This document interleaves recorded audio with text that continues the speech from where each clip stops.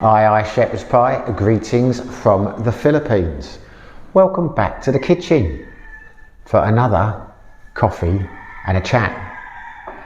They are flattening the road outside, which is fantastic, but it's noisy and it's got the cockerels going, or the roosters, as some people call them.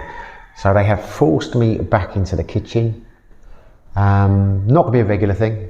As soon as I can get back outside to make my coffee and a chat, I will be. So anyway, take my glasses off again because there's a bit of a reflection there. I want to have a chat today about something that I have been thinking about a lot over the last few weeks. Ever since I met an American chap in town and he planted the seed in my head, it has got me wondering, what do the Filipinos really think about us? Because anyone who lives in the Philippines, who's been to the Philippines, will relate to this in the sense that there is, rightly or wrongly, a general consensus amongst the majority of expats that the general Filipino isn't too bright. Now, I know this is going to come over, if you're not living here or whatever, you won't understand it. And it's not something I thought I would say before I came here. Because when I first arrived, I was amazed how many universities there were, how many people went to university, how many people had degrees just to work in call centres and things like that. It blew my mind. I thought these must be the most intelligent, the most educated people in the world. But you start talking to expats and they start complaining and they start moaning about how, let's keep it nice, not so bright a lot of Filipinos appear to be.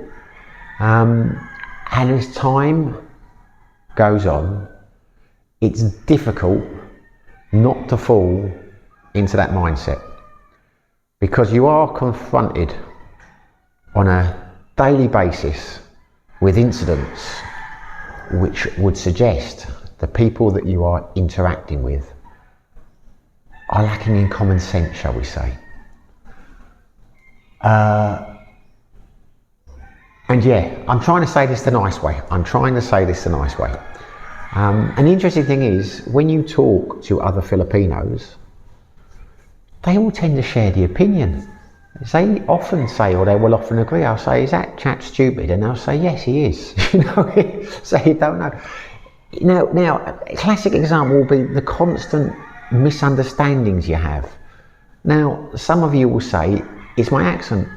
But an example being that I go shopping in the same place every week, twice a week, LP hypermarket in Dumaguete, and I tend to order the same things and I tend to get served by the same people, a chap and a lady in particular, and I struggle sometimes making them understand me. Now, originally I would put that down to my language, my accent. I get it, some people find it hard to understand me, but I have been dealing with the same people for approaching a year now on a weekly basis, and my orders don't change. I always order 2 quarter kilos of minced pork, and every week it is a palaver. I will say it slowly. I will ask for 2 quarts, 1/4 and 1/4, a quarter of a kilo. I will go through them all, different ways of saying it. And it is always a problem. In the end, I usually get it down to the amount. I will say I want 75 pesos of pork, because that's roughly a quarter of a kilo. And then when he serves it, I will ask for another one. But I came in this week and the same chap, and he was smiling and he's always, hello sir, how are you? And we went through the same dance, the same order, the same conversation, that we have at least once a week, sometimes twice a week. And this week he could not get it. So in the end, he called a couple of girls over to help him. I just walked away. And I thought, no, I'm not going to give up on this. So I got my phone and I showed him the quarter symbol. I typed in a quarter, you know, and in the end he got it. And then they're all laughing and joking. But when the same thing is happening every week and the penny's not dropping, you've got to ask yourself, what's going on here? You know, because if that was me in the UK and I was in a job, I might meet someone and I might have a misunderstanding, I might not understand them. If I went through 4 or 5 minutes of not being able to understand the person, once I understood them, that would stick in my mind. I don't think I'd ever forget that conversation. But to this chap, and he's a nice friendly chap, it just, the penny never drops. And there are lots of incidents like that. I cannot, you know, you'll go out, you will talk to people in expats and that in restaurants and things, and they'll had a problem with their car or the garage, and they'll say, why is that? And I'll say, because the guy's stupid. And you think, well, is he really? He can't be stupid. But time goes on, and it's the only country I've ever in the world lived or visited where I started to think that the IQ level is probably lower here than it is in other countries. But, you know, I feel bad about that. I feel bad about that. I don't like saying it. I don't want to offend anyone. I don't want to upset anyone. But I am being honest.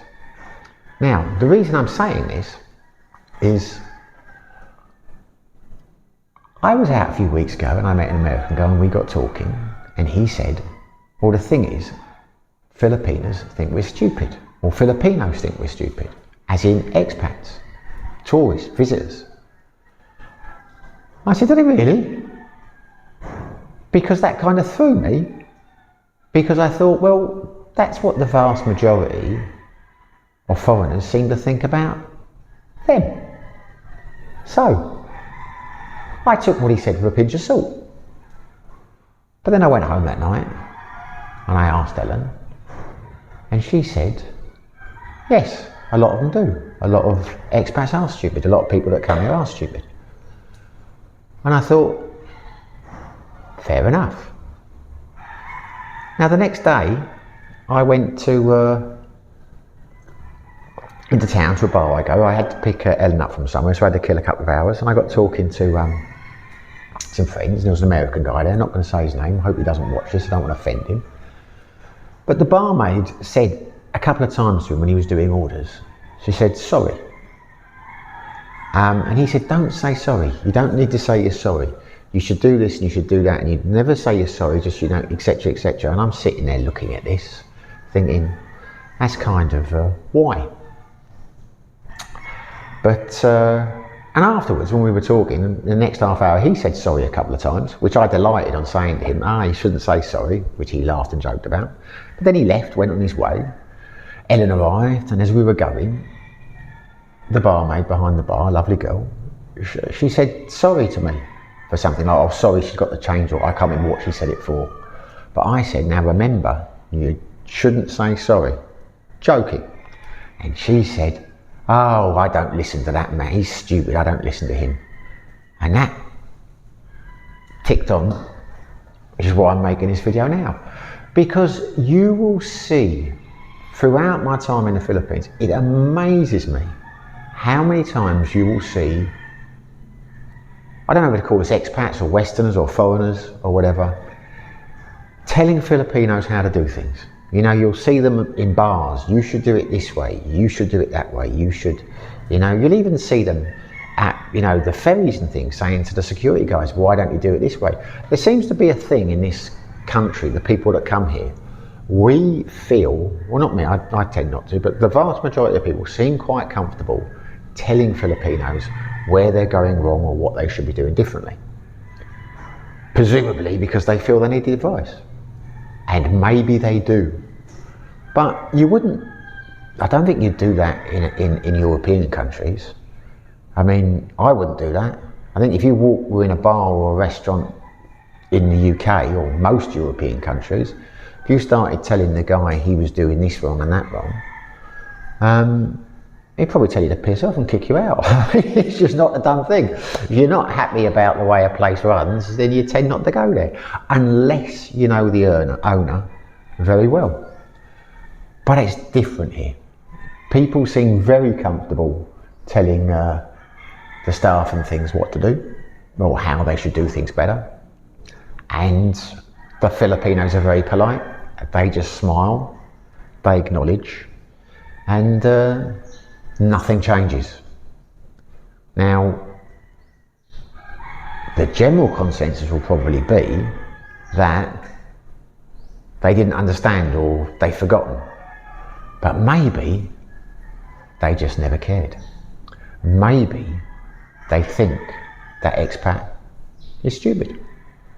And maybe they've got the right idea. I mean, it amazes me how you can go in a bar or a restaurant and you can sit down and you don't get any service over here, and you can look at the staff and they'll look back at you and they'll smile and they look confused when you try and order something. And you think, what the hell's going on here? But maybe they're geniuses. I mean, maybe they've worked out, if they look at you like that and they don't come over to serve you, they have to do less work. Because it is completely different to the UK or any Western country, in the sense, you go to a bar in an English country, in England, you could probably have, I don't know, 30, 40, 50 customers. You'll probably only have 2 staff. You know, you'll have 1 behind the bar and, you know, maybe 1 serving food or 2 behind the bar. And the whole place runs quite smoothly. You know, there aren't any issues. But in the Philippines, you'll go into a place and you'll have 10, 11 staff to the same ratio of customers. But still you won't get served, and still the orders will be wrong, and still everything will be confused. And you just put it down to incompetence and lack of training. But maybe they're just clever. Why do the job if you don't have to? Why go over and serve someone if you know they're going to have to come up to you? I don't know. I'm just saying, it's interesting. And now I'm going to get to the point. It's taken me a while to get here. Maybe they're the clever ones and maybe we're the stupid ones. Because we do tend to come over here and do some, well, in reality, I'm just going to open the door, it's getting a bit hot in here.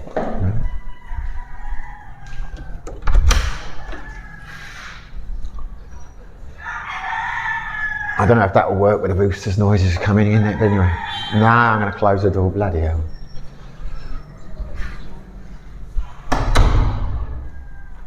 It was a nice idea.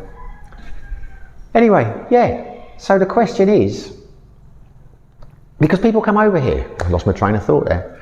People come over here and they do strange things. They rush into relationships. They buy land. They build houses. They buy businesses. Straight from the start.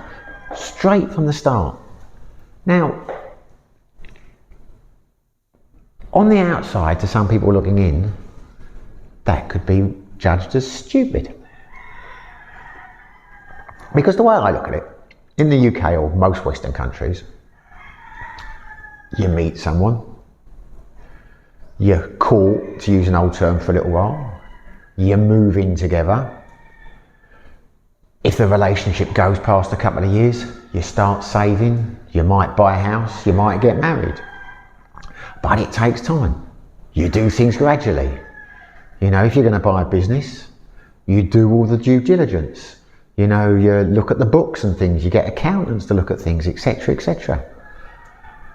None of that seems to happen here. People just rush in. People buy houses, they build lands, they get married to people they've known on LDRs, you know, for a couple of years, and they come straight over. 2 months later, they're married. You know, I get why they're doing it.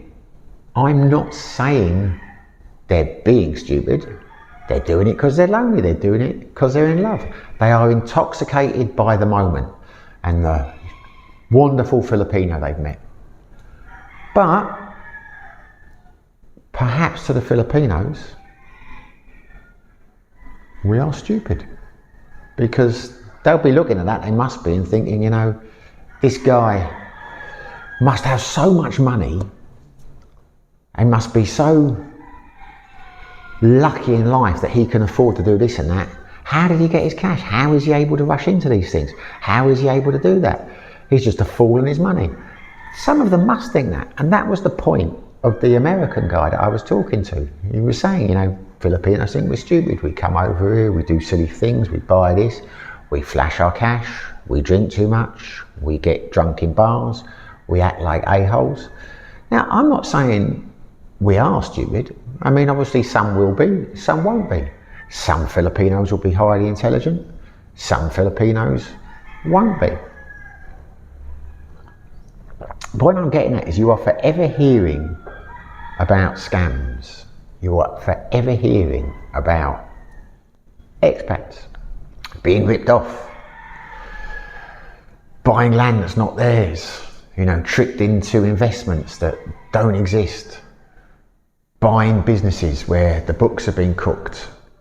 Now, if we're so clever and the Filipinos are not as clever as the general expat view seems to be, then how is it we keep getting conned? How is it that so many expats fall into it? I don't think it's stupidity. Not most of the time. I think it's just, you come over here, people are caught up in the moment, they have a dream. They've been unhappy in their home countries. They probably struggle to save to buy a house or whatever. Their dream is about coming here. They have a goal, they want to achieve it, and they do it. And power to them if it works. I'm just pondering on how the Filipinos look at that and the conclusions they come to. Because there's a hell of an irony to that.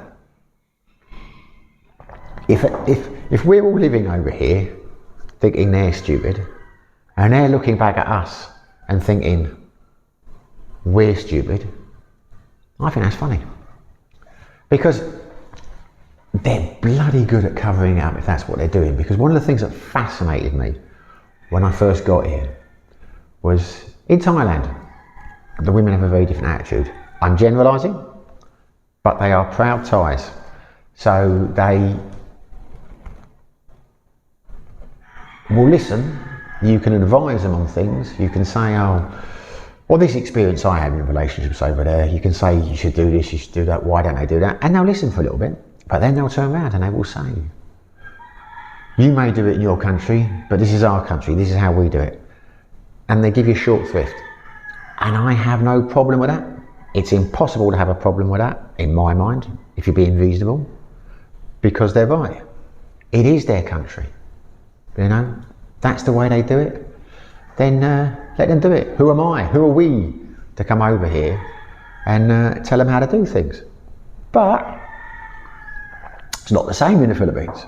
You know, if you say to someone in a bar or a girlfriend or something like that, you know, you will say to them, you know, oh, well, and you can't help yourself when you see something being done as you perceive as being wrong, then it's hard to, you can't bite your tongue, can you? Particularly if you know the people, you'll tell them. But Filipinos, they will listen.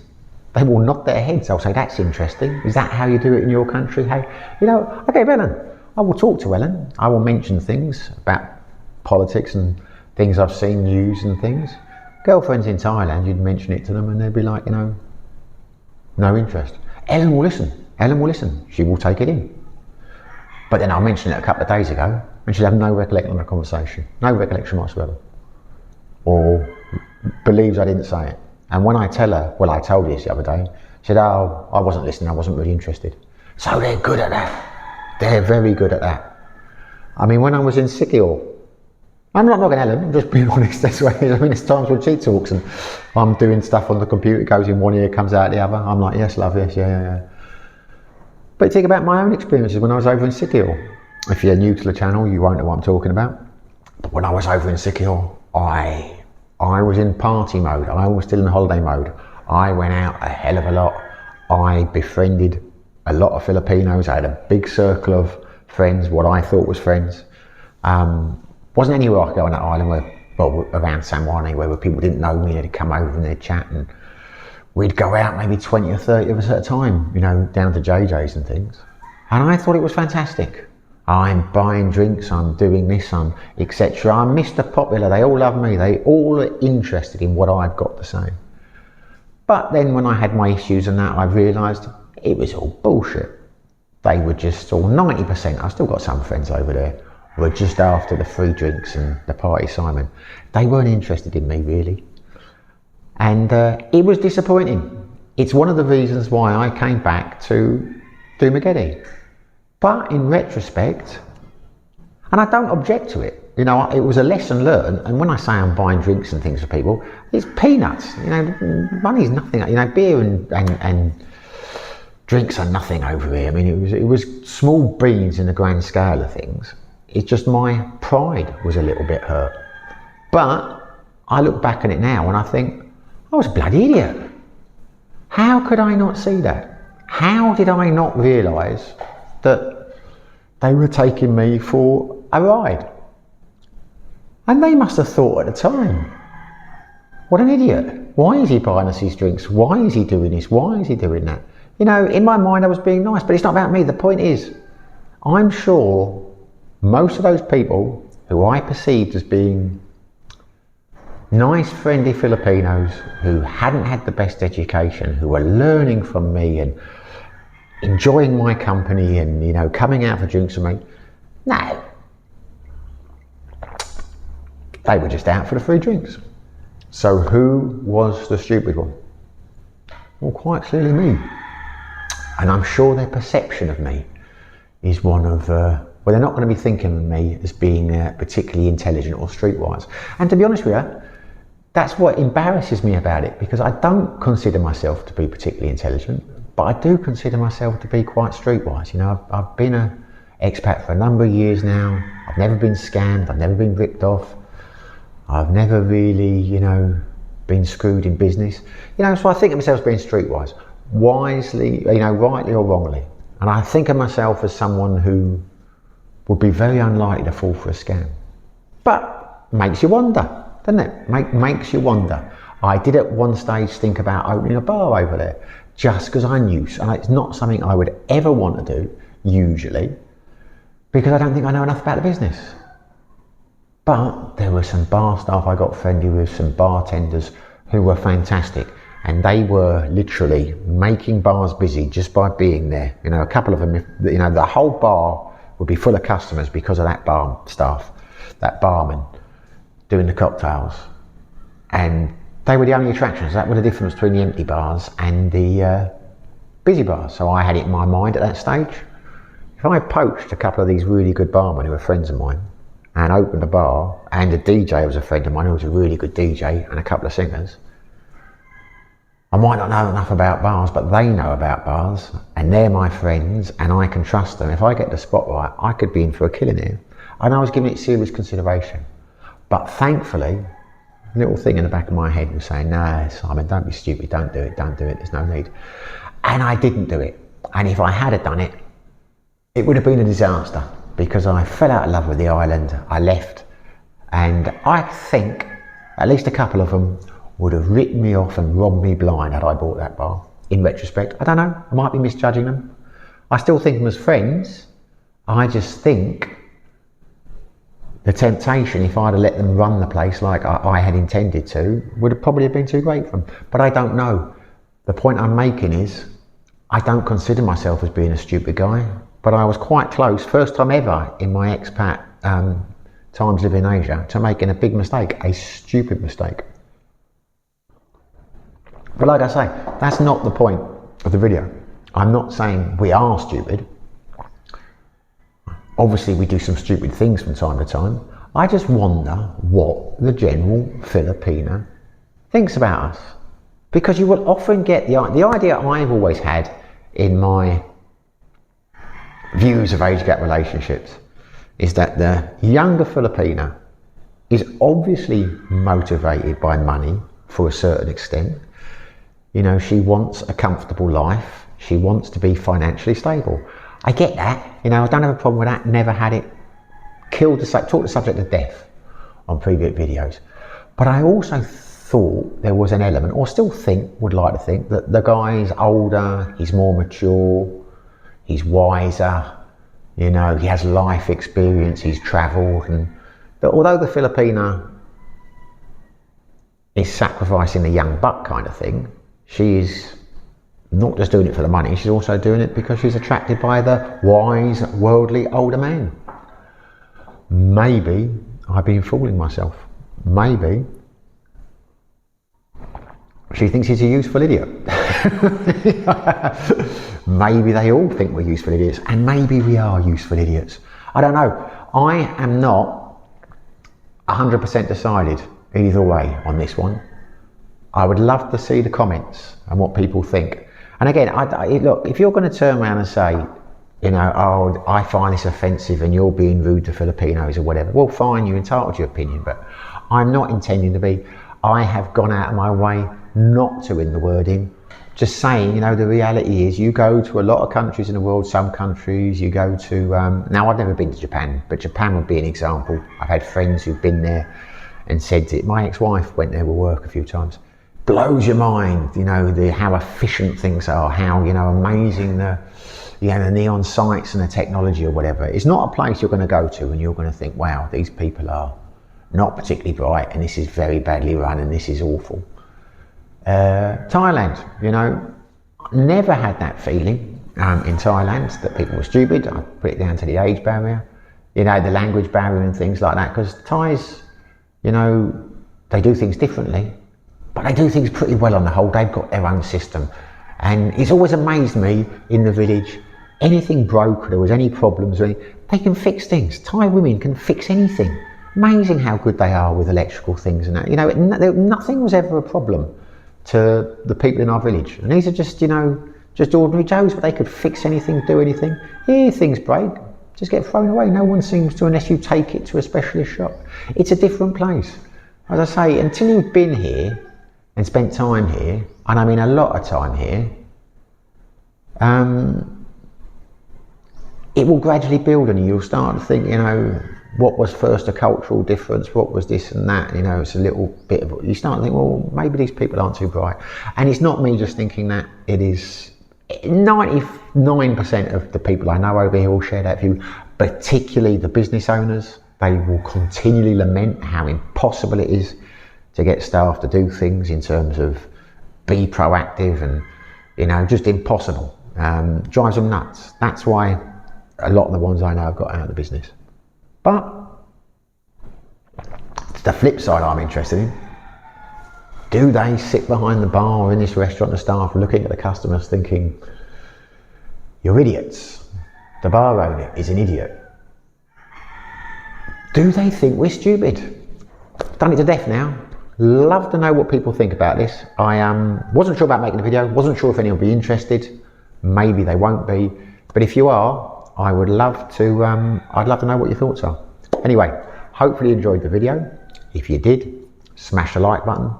If you haven't subscribed to the channel, please subscribe.